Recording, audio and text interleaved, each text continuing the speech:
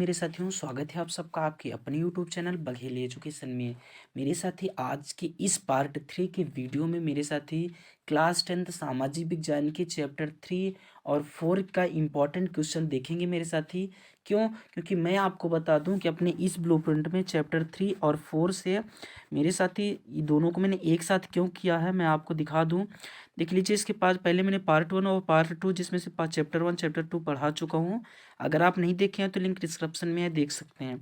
देख लीजिए, तीसरा चैप्टर है जल संसाधन, जिसमें से 1 नंबर का क्वेश्चन आएगा, जो कि 1 नंबर का ऑब्जेक्टिव ही आएगा। ठीक, तो ऑब्जेक्टिव तो मैं भी बता नहीं रहा हूँ, आपको बाद में ही बताऊंगा। फिर आता है अपना कृषि। क्या आता है मेरे साथी? कृषि आता है चैप्टर 4, जिसमें से टोटल 3 नंबर का क्वेश्चन है। उसमें एक 1 नंबर का और एक 2 नंबर का है ना। तो हम जल संसाधन वाला चैप्टर अभी आपको कराएंगे नहीं, तीसरा चैप्टर।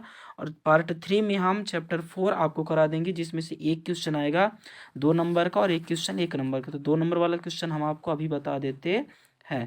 ओके मेरे साथी, चलिए देखते हैं हम पार्ट 3 क्या होता है ना। आगे चलिए अपने चैप्टर को देख लीजिए। हमारा चैप्टर क्या है मेरे साथी? जल संसाधन। यहाँ से हमारा कितने नंबर का आएगा? 1 नंबर का आएगा, है ना। यहाँ पर हमें अपनी टाइम नहीं देनी चाहिए। चलिए हम चलें चैप्टर 4 में, जिसका नाम है कृषि। क्या नाम है? कृषि नाम है। देख लीजिए, मैं आ चुका हूँ मेरे साथी चैप्टर 4 में, कृषि में। ठीक है ना। अब यहाँ पर मैं आप लोगों को 2 नंबर का क्वेश्चन बता दूँ, जो कि आपके एग्जाम में आएगा, और आपको बिल्कुल उस क्वेश्चन की तैयारी करके जानी है मेरे साथी। देखिए, भारत में उगाई जाने वाली मुख्य रेशेदार फसलें कौन कौन सी है? मेरे साथी इस क्वेश्चन को पढ़ लीजिएगा, यही एग्जाम में आएगा। कपास, जूट, सन और प्राकृतिक रेशम भारत में पाई जाने वाली 4 प्रमुख रेशेदार फसलें हैं। बस इतना भी आप लिख देंगे तब भी आपको पूरे नंबर मिल जाएंगे। पर सामाजिक विज्ञान है, इसमें आप जितने ज़्यादा लिखेंगे उतने ही अच्छा आपको रहेगा। थोड़ा सा और आप लिख दीजिए, इसमें से पहले 3 मृदा में फसल उगाने से प्राप्त होती है, और चौथा रेशम के कीड़े के कोनून से प्राप्त होता है, जो शहतूत के पेड़ की हरी पत्तियों पर पलता है। ठीक, देख लीजिएगा अपने हिसाब से। अगला क्वेश्चन है, गन्ना नकद दाम की फसल है क्या? ठीक है ना, इसको आप लोग पढ़ लीजिएगा, ज़्यादा इंपॉर्टेंट नहीं है। ठीक है ना। अगला क्वेश्चन है, जूट को सुनहरा रेशा क्यों कहा जाता है? जो कि 2022 में आया था। इस सेशन में आना इसका बहुत कम चांस है, फिर भी देख लीजिएगा। जूट को भारत का सुनहरा रेशा कहते हैं। इसका कारण यह है कि जूट का रेशा सोने की तरह चमकीला होता है। इसे बहुत उपयोगी, सस्ता और व्यापारिक महत्व का होने से सुनहरा रेशा कहते हैं। ठीक, अगला क्वेश्चन, भारत की प्रमुख पेय फसलों के नाम बताइए। तो चाय, कहवा और कोको भारत की पेय फसलें हैं। पेय का मतलब क्या होता है? पीने वाला, है ना।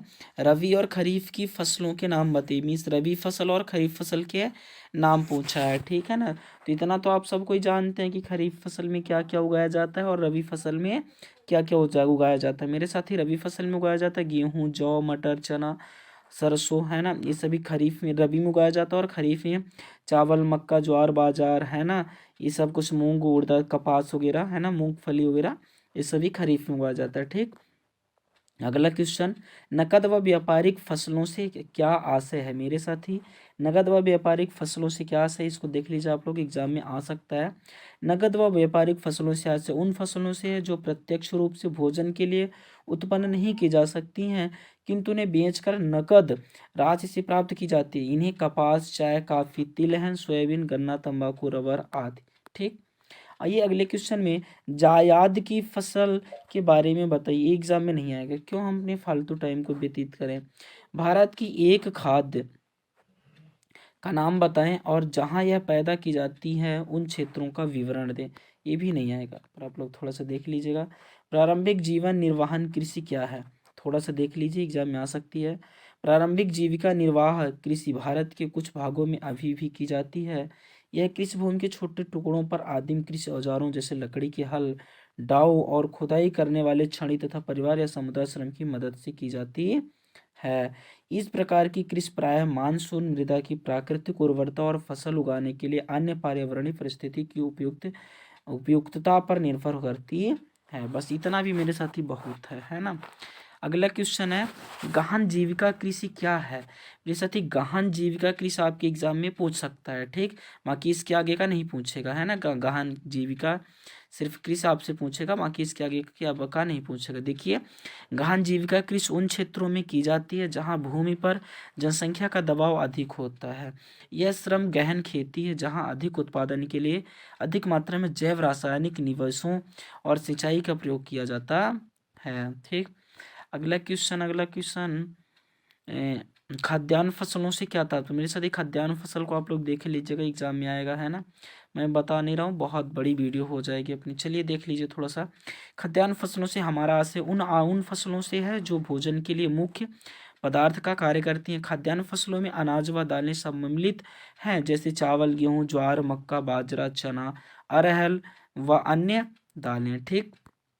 अगला क्वेश्चन खरीफ और रबी फसल में अंतर। मेरे साथ ही दो ठो आप अंतर पढ़ लीजिएगा जो कि एग्जाम में आएंगे, लिखने हैं आपको, ज़्यादा ना पढ़िएगा, है ना। दो अंतर पढ़ लीजिएगा, दोनों में काफ़ी छोटे छोटे। एक जो मैंने यही बताया फसल कौन कौन सी होती हैं, है ना, गेहूँ, चना वगैरह, अरहर वगैरह, दावत, चावल वगैरह, है ना।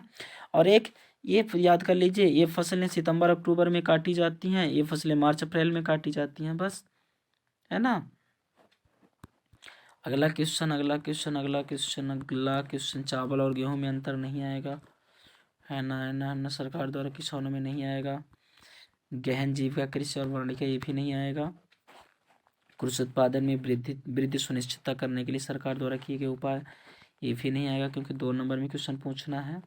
प्रारंभिक जीविका निर्वाह कृषि और वाणिज्यिक कृषि में अंतर देख लीजिएगा, शायद आ जाए, है ना, नया क्वेश्चन से जुड़ा है, शायद आ सकता है, इसको एक बार देख लीजिएगा आप लोग, ठीक।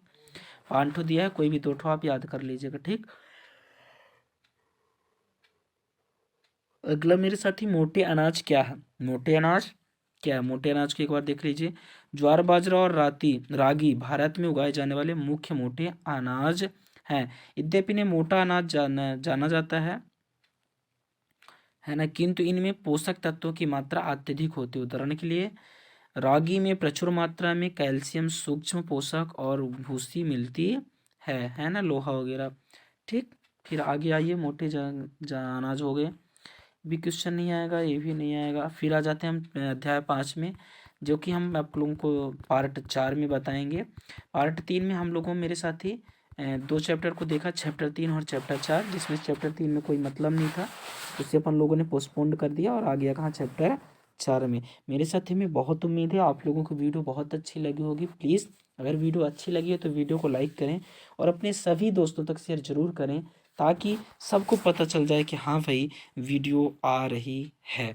मेरे साथ ही सबकी तैयारी अच्छी हो सके। फिर मिलता हूँ मैं आप सबसे एक और नई वीडियो में, तब तक के लिए जय हिंद, वंदे मातरम।